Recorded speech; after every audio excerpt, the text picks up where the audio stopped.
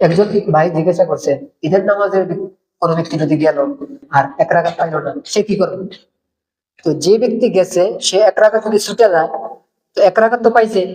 ইমাম সাহেব সালাম ফেরানোর পরে সে দাঁড়ায় যাবে, দাঁড়ায়া সূরা ফাতিহা, সূরা অন্য একটা সূরা আর শুরু দিয়ে সানা পড়বে, যেহেতু তার সানা হয়নি। সানা পড়বে, সূরা ফাতিহা পড়বে, সূরা বিলাইবে, বিলাইয়ার শেষে তাকবীর দিবে। তাকবীরটা কি দিব? ইমাম সাহেবের সাথে যে রাকাত পাইছে এটাও শেষে তাকবীর। আর সে যে প্রথম রাকাত পায় নাই, এটা যখন সে একা আদায় করবো, একা আদায় করার সময়ও তাকবীরটা কখন দিব? শেষে দিব। আমি কি বুঝাইতে পারছি?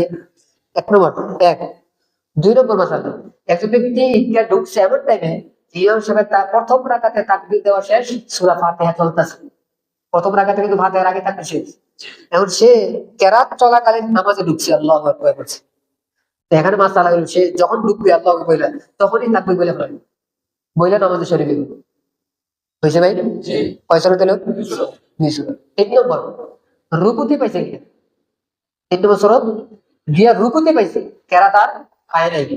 রুকুতে যদি পায় তো সে দাঁড়াইবো, দাঁড়ায় বলবো আল্লাহু আকবার।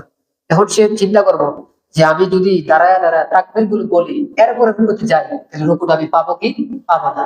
যদি আশা থাকে যে আমি রুকু পাবো, তো দাঁড়াইলে তাকবীর গুলো বলে ফেলবো, বলে বইলা রুকুতে চলে যাবো। আর যদি মনে হয় যে আমি দাঁড়ায় দাঁড়ায় তাকবীর দেই, তাহলে আমার রুকু ছুটতে দেবে, তাহলে আমি রুকুতে চলে দেবো। রুকুতে গিয়া যদি সময় পাই তাসবিহও করবো, তাকবীরও করবো, উভয়টা। যদি সময় না পাই শুধু তাকবীর দিব। রুকু অবস্থায় কি দিব? তাকবীর দিব। যদি কোনো ব্যক্তির তাকবীর একটা দেশে পরে ছুটে গেছে, বাকি তাকবীর ছুটে গেছে, সে দাঁড়ায় দেবো, তো দাঁড়ায় দেবো, যেটা ছুটছে ছুটছে, এটার জন্য তারা এখন আর কিছু করার নাই। আমি আশা করি বুঝাইতে পারছি আপনাদেরকে। এই জন্য যারা মাসলুক হবে তাদের। আর কিছু ভাই ঈদগাহ গেছে নামাজ শেষ, এবার একা ঈদে নামাজ করতে পারবে, বুঝাতে পারছি ভাই? অনেকে বলে হুজুর আমরা 2-3 জন বন্ধু এসে বলছি, এই 2-3 জন বন্ধু মিলেও করা যাবে না। এখানে আমি সহজে সবচেয়ে সুন্দর হইব যদি আমাদের জানা থাকে আশেপাশে কোথাও নামাজ বাকি আছে, এখানে পড়ে ফেলাই। আর যদি আমার এলাকার সব দূর দূরান্ত এলাকায়ও নামাজ হয়ে গেছে, তখন আমাদের করণীয় হইলো আমরা এবার ঘরে আসা গেছি, ঘরে আইসা নিজেরা যেহেতু ঈদ পাইছে, ঈদের জন্য শুকরিয়া তার নফল 2 রাকাত নামাজ পড়ি। তুমি কি বুঝাইতে পারছি ভাই? আল্লাহ তাআলা আমাদেরকে বুঝার আমল করার তৌফিক দান করুন।